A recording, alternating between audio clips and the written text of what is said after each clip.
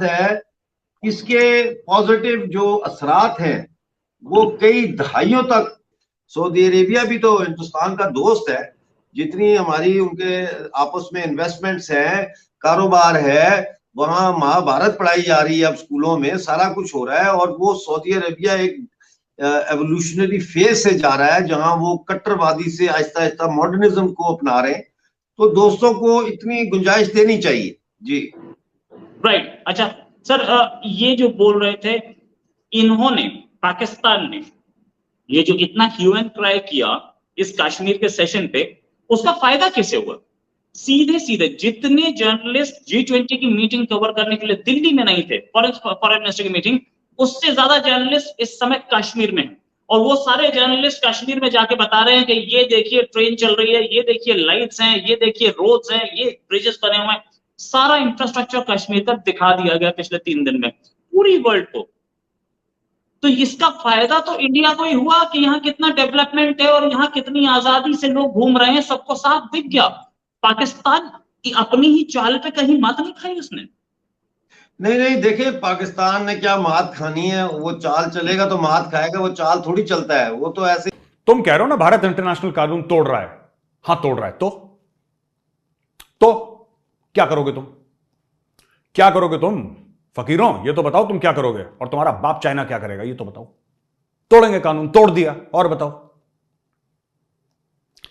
मैं ये जबान क्यों बोल रहा हूं? क्योंकि तुम्हें यही जबान समझ में आती है। डिक्टेटरों के पैर के नीचे पली बड़ी कौम, फौजी बूट के नीचे पली बड़ी कौम, तुम्हें यही जबान समझ में आती है, तो मेजर यही जबान बोलेगा।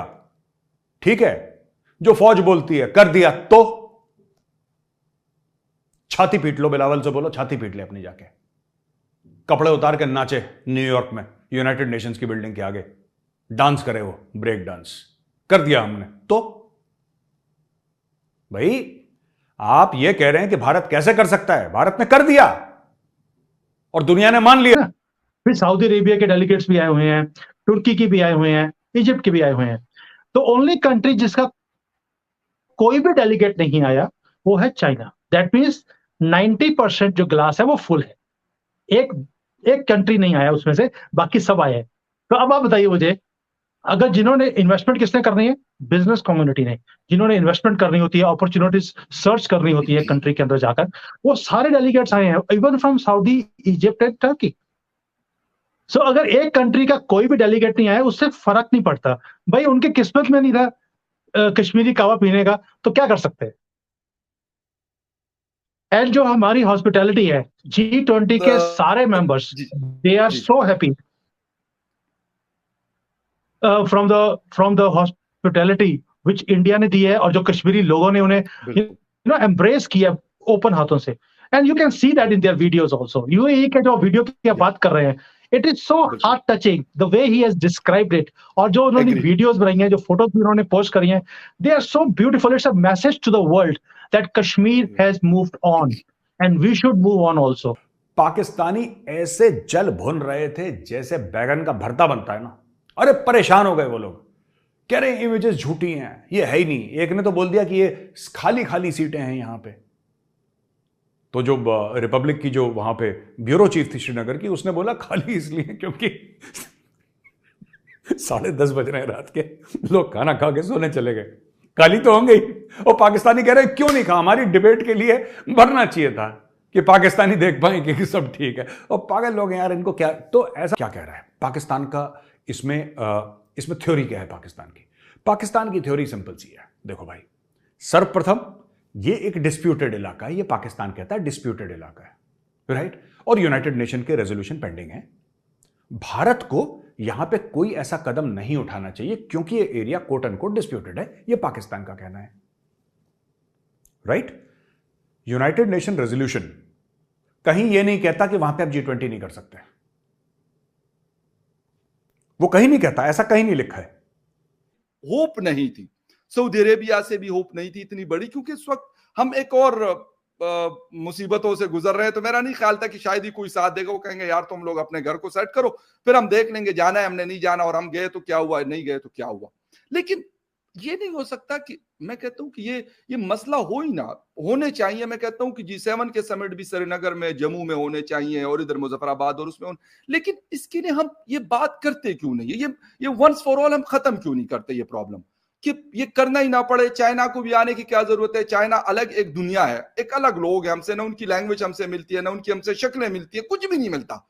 ठीक है, हमारे साथ भी ताल्लुकात हैं, ज्यादा है, आप लोगों के साथ थोड़े से कम है, आप लोगों के साथ भी है, बाकी दुनिया के साथ भी है, हम उनको कट ऑफ नहीं कर सकते, वो एक रियलिटी। लेकिन क्या ये नहीं हो सकता कि हम इन सारे अमेरिका, चाइना और इनकी जो है ना ये अपनी जो, मैं क्या कहूं, आई एम सॉरी टू से टू यूज दीज वर्ड्स, कि हराम तोपियों को खत्म करें और हम कहें यार हम सेट करते हैं इसको, कोई मसला नहीं, बड़े बड़े डिस्प्यूट्स खत्म हो। ये कौन सा बड़ा डिस्प्यूट है? इससे बड़े बड़े डिस्प्यूट्स लोगों के खत्म हुए। देखिए फका भाई, डिस्प्यूट को खत्म करने के लिए पहली बात है कि डिस्प्यूट जो है ना, इट्स अ माइंड गेम। हमने अपने डिस्प्यूट अपने दिमाग में बैठाया हुआ कि ये डिस्प्यूट है। मेरे हिसाब से देखिए, इंडिया की पॉलिसी आप देखेंगे, जब से मोदी जी आए हैं उन्होंने बोला नेबर्स फर्स्ट। आप सोच के देखिए, हमारे बजट के अंदर एलोकेशन अलॉट होती है सारी नेबरिंग कंट्रीज के लिए। अगर आप देखिए श्रीलंका की सबसे ज्यादा हेल्प किसने करी? हिंदुस्तान ने करी आज की डेट में। बांग्लादेश की हम हेल्प कर रहे हैं, भूटान की, नेपाल की, इवन अफगानिस्तान की हमारे वहां पे। एंड आप देखिए कितने प्रोजेक्ट्स हमारे ईरान में चल रहे हैं आज की डेट में, हमारे अफगानिस्तान में कितने प्रोजेक्ट्स चल रहे हैं, बांग्लादेश, श्रीलंका में हमारे प्रोजेक्ट्स चल रहे हैं, नेपाल में चलते रहते हैं। Why not with Pakistan? आप कभी सोच के देखिए, व्हाई वी हैव टू।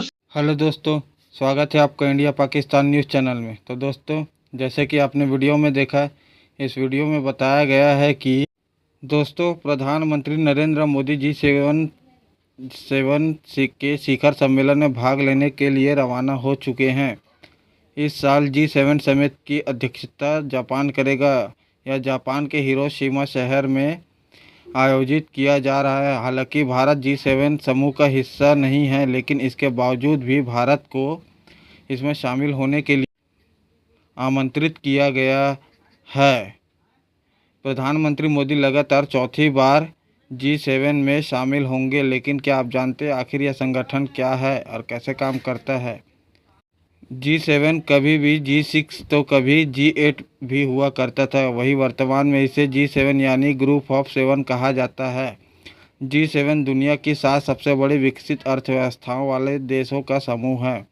इसमें Canada, France, Germany, Italy, Japan, Britain और संयुक्त राज्य अमेरिका शामिल है। इसके लिए इसे ग्रुप ऑफ 7 कहा जाता है। G7 समूह की स्थापना आज से 50 साल पहले 1973 में की गई थी। अक्सर ऐसे कई समूहों का मुख्यालय होता है, लेकिन G7 में अनोखी बात यह है कि इसका किसी भी देश में मुख्यालय ही नहीं है।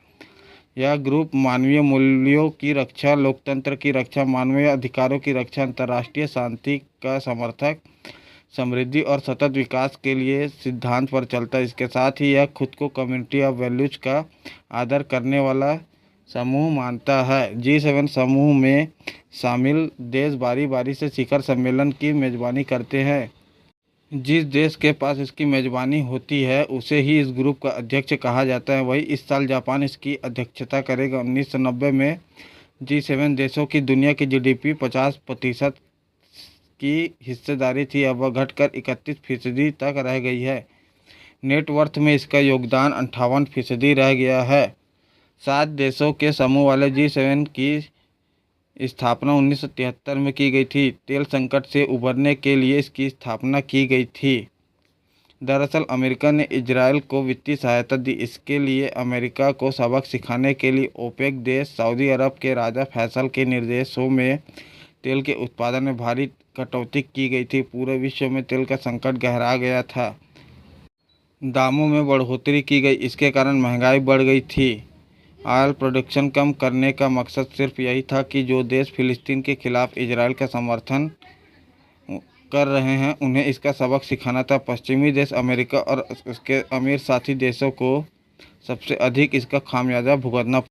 तेल के उत्पादन में कटौती कर देने से इसकी कीमतों में 300% गई थी।